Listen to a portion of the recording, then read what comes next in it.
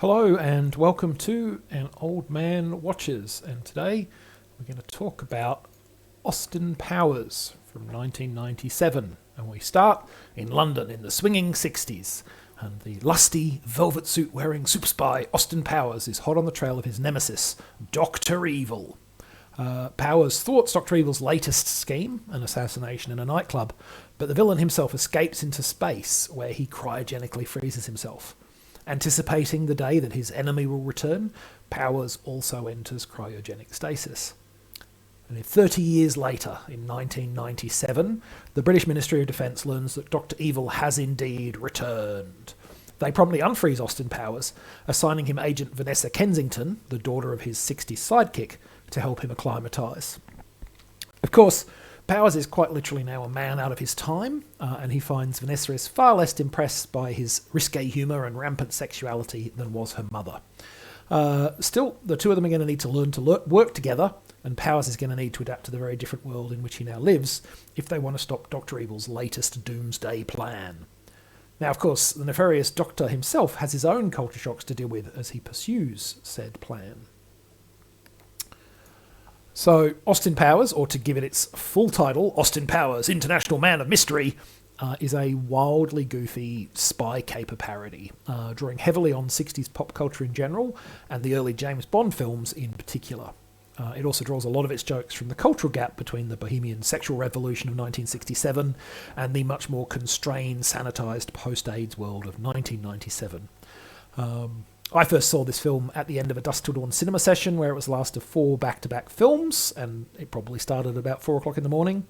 It turns out that sleep-deprived and over-caffeinated is a pretty good way to be introduced to the world Mike Myers has created here, and I had a ball the first time I watched this film. Let's talk about what the film does, how it does it, and why it was successful enough to launch 2 sequels. So, some comedies operate with scalpel-like sharpness, employing incisive quips, clever wordplay, and rapid-fire repartee.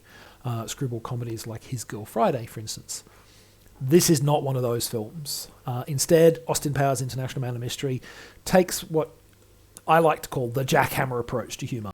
It uses blunt force and repetition to extort laughs out of the audience. The jokes are invariably the broadest, most blatant and least sophisticated pun possible, but they are pounded and pounded and pounded and pounded until they break through the mediocrity barrier and somehow become funny. The film just commits so wholeheartedly to its schoolboy jokes, scatological references, smutty fantastic names and broad parody that, for me at least, it has a kind of manic charm, which, in its own way, is actually really rather clever. Secondly, I think Austin Powers came out at exactly the right time. The timing was perfect. It appeared 18 months after James Bond had returned from a 6-year hiatus with 1995's GoldenEye, and about 6 months before Pierce Brosnan's second Bond film, Tomorrow Never Dies, would come out to cinemas. So James Bond was far more relevant in the news than he had been for perhaps a decade, and a lot of younger members of the audience had likely discovered the character. And while the new film somewhat toned down his male chauvinist sexual wildcat ways, they kept a lot of the innuendo, and the back catalogue of Bond films were readily available to rent on DVD. So, it was a good time for a Bond parody, in other words, especially since, not such a thing had not really been seriously tried since the Derek Flint films of the late 60s. Not only that, but I think probably the timing was also right for tapping into the 60s as a source of nostalgia and parody. Young adults in 1997, who would have been the film's primary audience, likely had parents who grew up in the 60s, which would automatically make that time uncool and cringeworthy. And Powers' outfits and behaviour is certainly both, embarrassing and awkward when he is first unfrozen. So I think, it was the right time for a Bond parody. It was the right time to be tipping into the 60s as well. And finally, writer and leading man Mike Myers plays both the bumptious Austin Powers and the preening, vainglorious Dr. Evil, and that was apparently not the original plan. Myers wanted Jim Carrey to play the villain, but schedule classes made that impossible. And I think it was a case where that apparent setback was really good fortune, as I think the double act of him being in both the villain and the hero just adds to the film's absurdity. And the rest of the casting is also good. In fact, the casting is good, wall to wall. Liz Hurley is a solid straight woman foil to Myers' bombastic, buffoonish excess. and the use of prominent 60 stars like Michael York and Robert Wagner is a clever touch. Both men are reliable performers, both deliver well here, and both enjoyed a mini resurgence in their careers off the back of these appearances.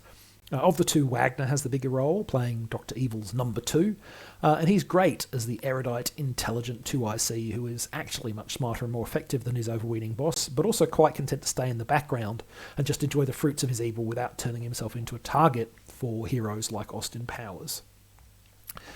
Like I said earlier, this is a quite clever film despite how silly it is. There's a lot of smart thinking gone into its construction, and despite the fact that the jokes it gives you aren't necessarily the cleverest, a lot of thought has actually gone into them. Check it out if you want a breezy, silly spy spoof in your life, basically. So that's Austin Powers. Next time, something quite different. Grimy 1977 Italian offering La Belva col Mitra, which has various English titles, including Beast with a Gun, Mad Dog Killer, and The Human Beast, as well as variations on all of those themes.